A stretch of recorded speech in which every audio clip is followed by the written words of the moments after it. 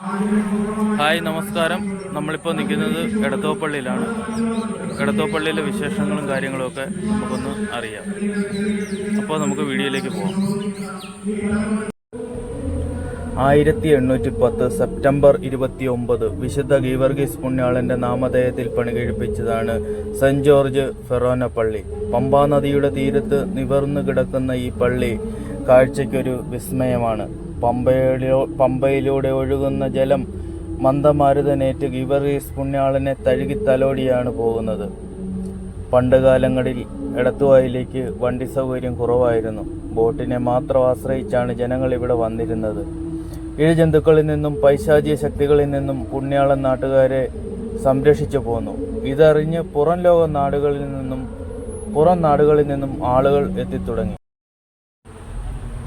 ക്രിസ്തുവർഷം 1100 ആലപ്പുഴയിലും 1517 പുളുങ്കുന്നിലും പുതിയ പള്ളികൾ സ്ഥാപിതമായി. അപ്പോഴും എടത്തുവായിലെ ജനങ്ങൾ ആരാധനയ്ക്കായി ചമ്പക്കുളം പള്ളിയെയാണ് ആശ്രയിച്ചിരുന്നത്. മറ്റുള്ള പള്ളികൾ ദൂരം കൂടുതലായതിനാൽ എടത്തുവായിലെ ജനങ്ങൾ ഒരു പള്ളി ഉണ്ടാക്കുക എന്ന സ്വപ്നം സാക്ഷാത്കരിക്കുന്നതിനായി പരിശ്രമിച്ചു. അങ്ങനെ വിശുദ്ധ അന്തോണീസ് പുണ്യാളന്റെ നാമധേയത്തിൽ ഒരു പള്ളി പണിതു. എടത്വപ്പള്ളിയിലെ ആദ്യത്തെ വൈദികൻ വലിയ വീട്ടിൽ ഗീവർഗീസ് കത്തനാറായിരുന്നു. എടത്വപ്പള്ളിയിലെ കട്ടച്ചുമട് ഒരു പ്രധാന വഴിപാടാണ്. അതുപോലെ മെഴുകുതിരി, എണ്ണ, മുത്തിക്കുട നേർച്ച ഇതൊക്കെ എടത്വപ്പള്ളിയിലെ വലിയ വഴിപാടാണ്. ആയിരക്കണക്കിന് ജനങ്ങളാണ് ദിവസവും എടത്വപ്പള്ളിയിലെ പെരുന്നാളിന് വൈകുന്നേരവും രാവിലെയുമായി എത്തിക്കൊണ്ടിരിക്കുന്നത്. അതുപോലെ തന്നെ മധുര, കാഞ്ചീപുരം ഇതുകണക്കുള്ള സ്ഥലങ്ങളിൽ നിന്നും തമിഴ്നാടിൻ്റെ മിക്ക സ്ഥലങ്ങളിൽ നിന്നും എടത്വപ്പള്ളിയിലേക്ക് ജനപ്രവാഹമാണ്.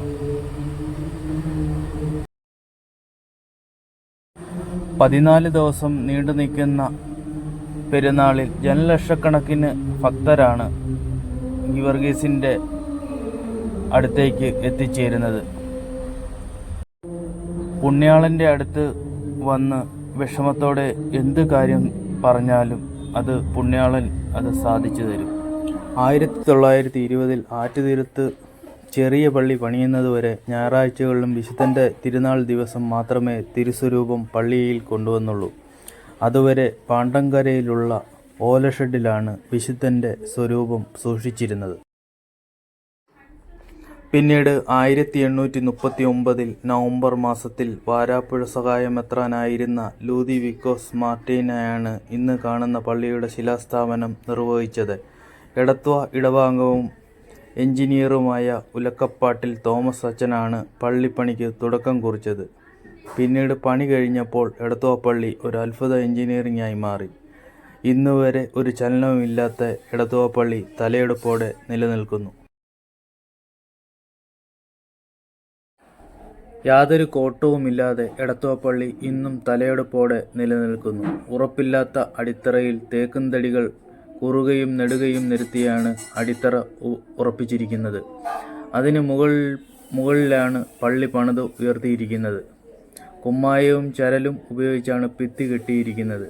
പണ്ടുകാലത്ത് ഉപയോഗിച്ച ചായങ്ങൾ ഇന്നും നിറം മങ്ങാതെ നിലനിൽക്കുന്നു. 50 വർഷങ്ങൾക്ക് ശേഷം എടത്വക്കരക്കാർ പള്ളിയിൽ പൊന്നും കുരിശ് പണിതു. നാട്ടുകാർ അന്ന് പണിത പൊന്നും കുരിശ് ഇന്ന് കാണുമ്പോൾ ഒരു അത്ഭുതമാണ്. അശ്വാരൂഢനായ വിശുദ്ധന്റെ തിരുസ്വരൂപത്തോട് അടുത്ത് കാണുന്ന രാജകുമാരിയും സർപ്പവും തിന്മയുടെ ശക്തികളിൽ നിന്നുള്ള മോചനത്തിനായി കാണുന്ന അടയാളമായി വിശ്വാസികൾ കാണുന്നു. വിശുദ്ധന്റെ അടിമയായി തീർന്നാൽ പുണ്യാളൻ എപ്പോഴും കൂടെ ഉണ്ടാവുമെന്ന് വിശ്വാസികളും നാട്ടുകാരും കരുതുന്നു. എല്ലാ വർഷവും ഏപ്രിൽ 27 കൊടിയേറുന്ന പുണ്യാളന്റെ തിരുനാൾ മെയ് 14 തീരുന്നത്. പ്രധാന തിരുനാൾ ദിവസം മാത്രമാണ് പുണ്യാളന്റെ തിരുസ്വരൂപം പ്രദർശനത്തിനായി പുറത്ത് ഇറക്കുന്നത്. അപ്പോൾ എടത്വപ്പള്ളിയെക്കുറിച്ചുള്ള ചെറിയ ഈ വീഡിയോ എല്ലാവർക്കും ഇഷ്ടമായെന്ന് കരുതുന്നു. ഇഷ്ടമായെങ്കിൽ ഷെയർ ചെയ്യുക, സപ്പോർട്ട് ചെയ്യുക.